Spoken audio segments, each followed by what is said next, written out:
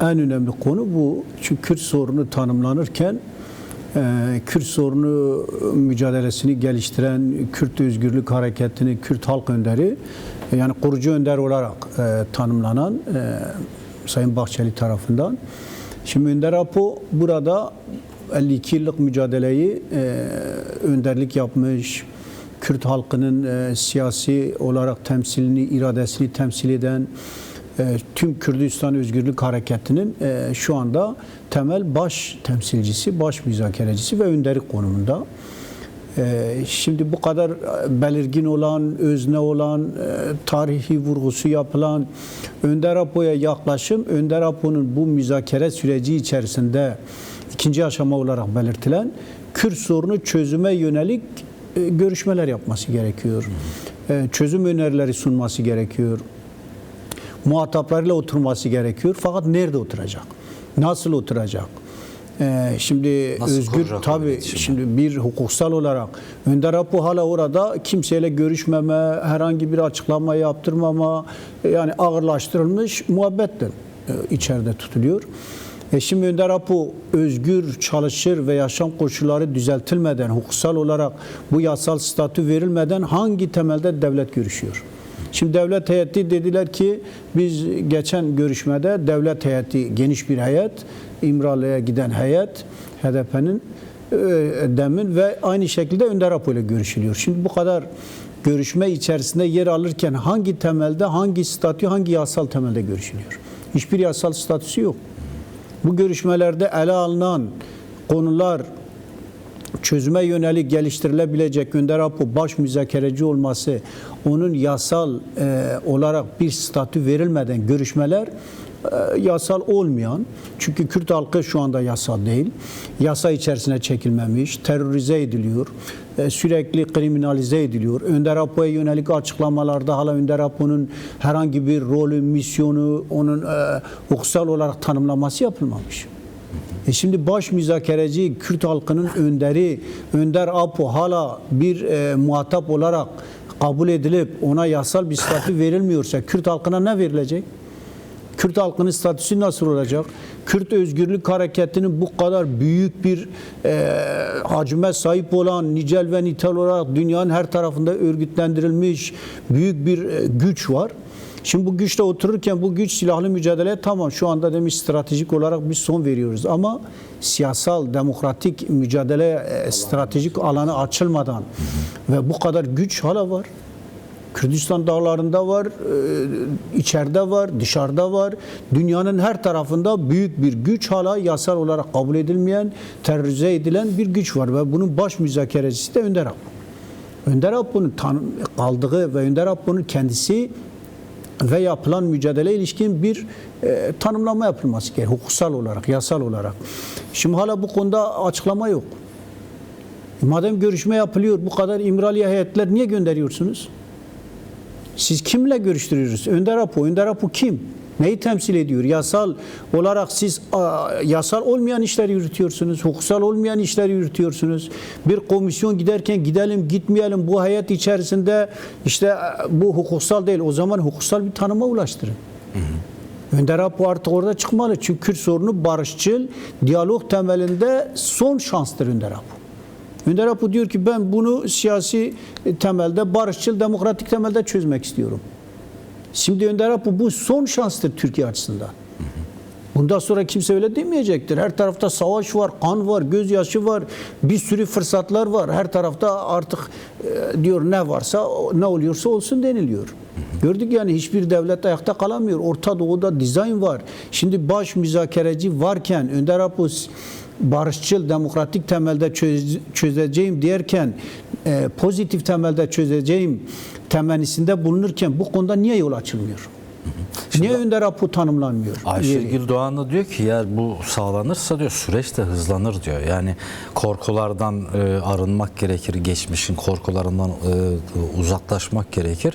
Böyle bir durum netleşirse yani yasal statü babında Rehber Hocaların statüsü netleşirse ve işte kendi fikirlerini, düşüncelerini kamuoyuyla işte kamuoyunun farklı kesimleriyle gazetecilerden, hukukçulardan, akademisyenlerden artık toplumu temsil eden özelliğe sahip kesimlerle yapacağı görüşmeler bu süreci de hızlandırır diyor. Zaten bu sürecin bir an önce hızla selamete kavuşmasını isteyen bir iktidar bu bağlamıyla bu konuda da adım atması gerekmez mi ki keza bayram sonrası denilen yasal süreç aslında Rebel Öcalan'ın statüsünü de kapsayan bir süreçti. Yani bu bağlamıyla da tabii bakmak yani lazım. sürece ilişkin ertelemeci, oyalayan, yani sürekli halk da söylüyor, herkes söylüyor.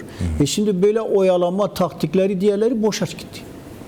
Yani bundan sonra oyalayalım, zamana, sürece, hele bakalım Orta Doğu'da neler oluyor, İran'da ne gelişme olacak, biz bu fırsattan acaba Kürtlere biraz daha hiçbir şey vermeden, az vererek ya da biz tekrardan statüsüz bırakarak, biz 100 yıl önceki Lozan gibi bir süreçten Kürt soykırımını tamamlayabilir miyiz diyen hala devlet aklı var. Türk devlet aklı hala bunda ısrar ediyor. Sri Lanka Tabii yani taktiği model değil. bundadır. Soykırımını devam ettiren, hatta biz misak-ı milli sınırları içerisinde 3 parçayı da yapabilirsek Urmiye'den 4 parçayı da 3 parçayı da işgal edip buraları kendi kontrolümüze alabilir miyiz diyen yeni Osmanlıcı, itaat terakkici bir zihniyet var.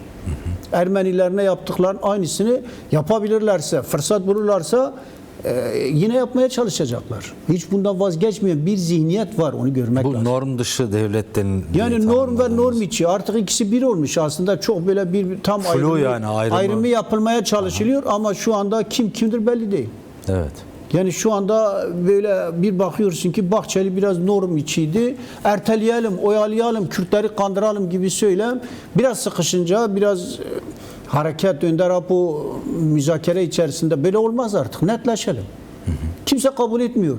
Halk kabul etmiyor, siyaset kabul etmiyor, tarih kabul etmiyor, süreç kabul etmiyor. Orta Doğu gerçekliği kabul etmiyor, realite. Neyse masaya oturacaksa karşılıklı oturalım. Otururken tanımlanan Önder Apo'nun konumu demek siyasetin konumu, karşı tarafın konumunun kabul edilmesi. Kürt Özgürlük Hareketi'ni temsilen kurucu önder olarak Önder Apo ile oturulacak. Kürt halkı kabul edilecek. Kürt halkının mücadelesini temsil eden Önder Apo kurumsal olarak kabul edilecek. Kabul edilmek demek nedir? Yasal temelde kabul edilme ve masaya oturma. Bundan sonra ikinci aşama pozitif temelde başlayacaktır. Ne edeceğiz? Nasıl çözeceksin? Nasıl gideceksin? Hangi adımları atacaksın? Hele bir söyle bakalım. Bir şey yok. Sadece söylem. Pratik yok. 1,5 yıldır herkes diyor yeter ya. Ne konuşması? Kimseyi bu konuşmalarla aldatma, oyalanma, Kürt halkı politiktir. Kürt halk önderi, Kürt hareketi dünyada en politik güçtür. Kimler nasıl yapacak, ne Amerika, ne İsrail, İran'da gördük yani. Ne diğer güçler içerisinde politikasını, diplomasisini, siyasetini bilen politik bir harekettir. Önder Apo da bunu söylüyor. Diyor ki biz bu konuda netleşelim. Yani Türkiye devletini artık net adım atmaya zorlayan bir süreçtir. Ortaya çıkacak. Kürt sorununda çözmede samimiyet var mı yok mu? Bu test ediliyor şu anda. Bu bir ay. Mecliste komisyon oluşturdunuz. Hadi mecliste karar çıkarın, kanun çıkarın. Hala kimse bırakılmadı. Hasta tutuklar bırakılmıyor. İçeridekiler bırakılmıyor. Sözde Kürt siyaseti üzerine silahlı mücadele yürüten güçler için kanunlar çıkartacaksınız. Bütünsel olmayan parçalarım, Kürt Özgürlük Hareketi'nin savaşçılarını alırım, yönetimleri dışarıda kalır. Böylece kafayla gövdeyi birbirinden ayırırım. Hareketi Önder Apo ile diğerleri arasında böyle muğlaklıklar çıkarır. Özel savaşla birlikte siyaset boşa gitti, modeller boşa gitti söylemleriyle, Kürt siyasetiyle işte Türkiye siyasetini, birlikteliğini bozarım. Birbirine çatıştırırım. Kürt halkının birliğini çatıştırırım gibi bir sürü özel savaş içerisinde oyunlar var. Evet. Bunu yürüten onlar. Seninle görüşme yaparken alttan alta da tüm güçleri harekete geçirmiş. Çok büyük bir ideolojik saldırı, çok büyük bir psikolojik özel savaş oyunlarıyla toplumu birbirine karşıtlaştırma, birbirlerine özel savaş oyunlarıyla umut olarak hareketin, özgürlük hareketinin kadın özgürlük çizgisini, halklara birliktelik çizgisini boşa çıkartmaya çalışan çok sinsi bir saldırı var. Önder Apo'ya karşı böyle çok ahlaksızca bir saldırı var. Önder Apo karalamaya çalıştırılıyor. Niye? Önder Apo diyalog ve müzakere yürüttüğü için. Diyalog, müzakere çözüm içindir. Aha. Bütün güçler savaşır sonra barışır. Barışı yapan, savaşan güçtür. Kim gidip barışacak? Savaşan gücün önderi diyor ki ben masada hazırım. Ben 52 yıllık savaşı sonlandırmak için hazırım ve bunun için bir yol haritasıyla Kürt sorunun haklarını tanıyacaksın. Kürt halkını yasal hiç sevmedikleri Suriye bile Kürt halkının yasal haklarını tanıyıp kimlik veriyor. Şimdi onları hukuksal olarak anayasada kabul ettiğini açıkladı kararnamede. Nevruz'u bile onlardan önce ulusal bayram yaptı. Hani Nevruz bayramdı? Nevruz değil, Nevruz'u yapacağız. Bu sefer de hikayeye bak. Bahçeli bile aynı hikaye söylüyor. Şimdi onun bir tane nedir bu AKP'nin eş genel başkan AKP'nin genel başkan yardımcılarından biri eski İYİ Parti'den gelen Kürşat. O da diyor ki biz Nevruz'u yapabiliriz. Birkaç ay sonra bakalım hele. Yani böyle göz boyamak için o biraz tutturdular sanki Suriye'de. Uluslararası alana bak biz Kürtler için adım attık. İşte, Çiller bile demişti. Yani adım attık yani. Gibi. Bu sefer bunu Nevruz biz diyordu. Türkiye'de de uygulayalım. Orada tuttu. Onların yöntemiydi. Şimdi sen Kürt halkı tanımadan, Kürt halkının ismini Türkiye'de yaşayan herkes Türktür. 1924 sene anayasanda hala herkes Türktür. Kimse Kürt olamaz, kimse Ermeni olamaz. Herkes Türkiye Türk olacak. Niye Türktür? Kürt yok mu? Var. Kabul ediyorsan o zaman Kürt halkının kimliğini, kültürünü, dilini, kendisini yönetebilecek koşulları kabul edeceksin. Şimdi tabii kabul edilmiyorsa ne yapılacak? Ana dilde eğitim. Tabii ana dilde eğitim, sağlığından, yerel yönetiminden, kendisini Kayyımlar. ifade etmesinden hepsini kabul edeceksin. Onun kültürünü, onun hala düğünlerine tahammül edilmiyor, elbiselerine tahammül edilmiyor. Ne olacak? Şimdi sen kabul etmediğin bu güçler seni niye kabul etsin? Sonra biz Türkiye Devleti'ni, birliğini, bütünlüğünü parçalıyor diyeceksin. Parçalayan sen, kabul etmeyen sen, birlik için mücadele eden, bu kadar ortam hazırlayan, her tarafında ateş varken, ateş çemberi içerisindeyken sana diyor gel ki bu ateşi içimizde söndürelim, birlik olalım, güçlü olalım. Bu şekilde kendi etrafımızda gelebilecek saldırılara karşı da ittifak yapalım. Bunda sana ne zararı var? Faydadan başka. Demek ki fayda istemiyor. İngilizlere hareket ediyor. İngilizler böyle parçala. Demek ki Türkiye halkının haklarını savunmuyor. AKP, Hakan Fidan ve o taraftakiler bunu yapıyor. Budur yani onlara hizmet ettikleri açık. Türkiye'nin bütünlüğü için, Türkiye ve Kürdistan halkları, Anadolu, Mezopotamya, Kürt, Türk halkları, Arap halkları birlikte kardeşçe yaşayacak. Kardeşlik hukuku nerede? Özgürlük yasaları nerede? Demokratik hukuk nerede? Yok. Hala antidemokratik uygulamalar yapmakla birlikte ve Önder Apo'ya karşı böyle oyunlar yaparken 1,5 yıldır kimse tahammül etmiyor. Halk artık diyor yeter. Siyaset kabul etmiyor. Önder Apo kabul etmiyor. Kürt siyasal hareketi kabul etmiyor. Tarih kabul etmiyor. Tarih kabul etmiyor yani bak Orta Doğu'da 3. Dünya Savaşı var. Herkes Kürtleri diyor ki gel görüşelim. Gel birlikte hareket edelim.